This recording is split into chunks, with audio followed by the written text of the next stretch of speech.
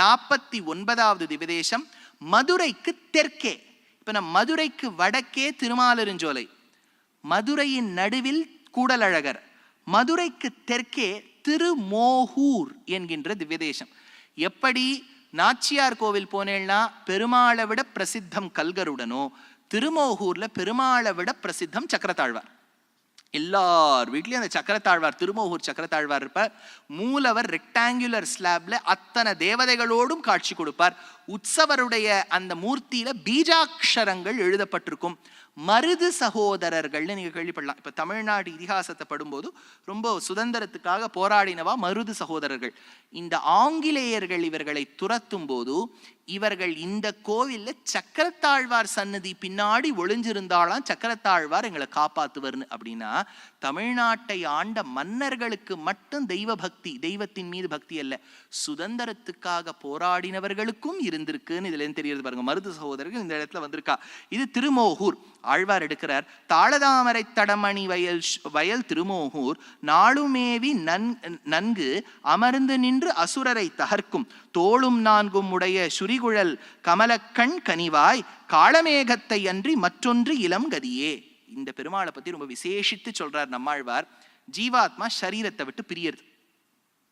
சொல்லாதீங்க சார், அது கேட்டாலே பயமா இருக்கு. பயமா இருக்கோ இல்லையோ ஒரு நாள் பிரியதான் போறது. however great that person is, you have to shed your mortal coils and go. And when those mortal coils are going to be taken to the electrical machine, however well you've used L'Oreal and Lakme, this body is going to come in a bottle of ashes.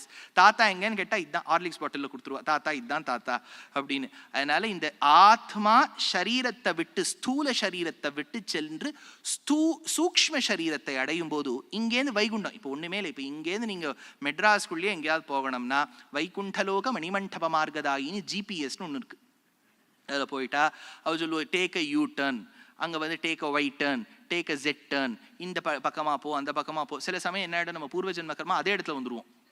ஐயோ வேற ஏதோ இடத்துக்கு போகணும்னு நினச்சோமே அப்படி ஆகிடும். அதனால even inside a city where you are largely accustomed to, you use a GPS. ஜீவாத்மா வைகுண்டம் போகணும், யார் வழி காண்பிப்பா? ஆழ்வார் சொல்றார், இவருக்கு வழித்துணை பெருமாள்னு பேரான். ஆப்தன், கூடவே வழி தண்ணீர் தெளிச்சுட்டே போறான். இந்த பக்கமாவா இந்த பக்கமாவா இந்த பக்கமாவா. நம்பிள்ளை வியாக்கியானத்தில் எடுத்தார், ராஜாக்கள் போம்போது முன்மேகர் நீர் விடுமா போலே முன்னாய் காளமேகம் சௌந்தரியம் அமுதத்தை வருஷித்து கொண்டே போக.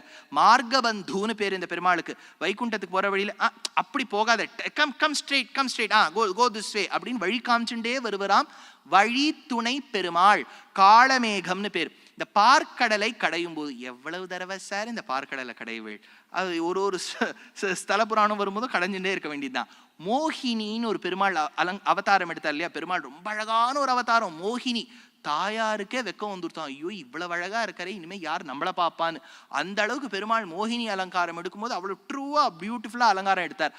அந்த மோகினியாக அவதாரம் எடுத்த ஊர் மோகனூர், அதனாலதான் திருமோகூர் அப்படின்னு இந்த இடத்த சொல்றோம்.